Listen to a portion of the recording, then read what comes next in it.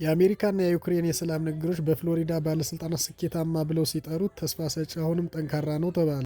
ባለፈው ሳምንት መጨረሻ በፍሎሪዳ ግዛት በተካሄደው የአሜሪካና የዩክሬን ከፍተኛ ባለስልጣናት የሰላም ንግግሮች ላይ የተሳተፉ አካላት ውይይቱን ፍሬያማና ስኬታማ በማለት ገልጸውታል። ንግግሮቹ ሁለቱ ሀገራት በዩክሬን ያለውን ግጭት በዘላቂነት ለመፍታት የሚቻልበት የጋራ መንገድ ለማጠናከር ያለመ ነው ተብሏል። የአሜሪካ የውጭ ጉዳይ ሚኒስትር ማርኮ ሩቢዮ ከስብሰባው በኋላ በሰጡት መግለጫ ውይይቱ በሁለቱ ወገኖች መካከል ጠንካራ መግባባት መፍጠር እንደቻለም አረጋግጠዋል። ሆኖም ሰላም የማምጣት ሂደቱ ውስብስብ መሆኑን ጠቁመዋል።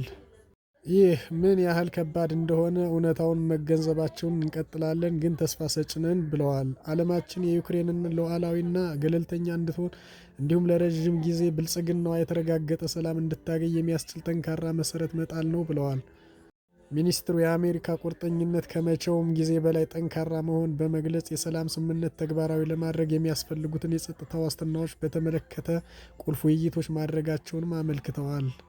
በሪፖርቶቹ መሰረት የሁለቱ ሀገራት ልዑካን ቡድኖች ትኩረታቸውን ያደረጉ የዘላቂ የጸጥታ ዋስትናዎች ላይ ሲሆን ይህም ከጦርነቱ ማብቃት በኋላ ዩክሬን ከማንኛውም ጥቃት ለመከላከል የሚያስችሉ የረዥም ጊዜ የደህንነት ስምምነቶች ዝርዝር ያጠቃልላልም ብለዋል። በተጨማሪም በግጭቱ ለተጎዱ አካባቢዎች የሚደረገው ድጋፍ ለማጠናከርና የሰላም ማስከበር ጥረቶችን በመደገፍ የሰብአዊ እርዳታ ጉዳይ ላይም ትኩረት ሰጥቷል ተብሏል።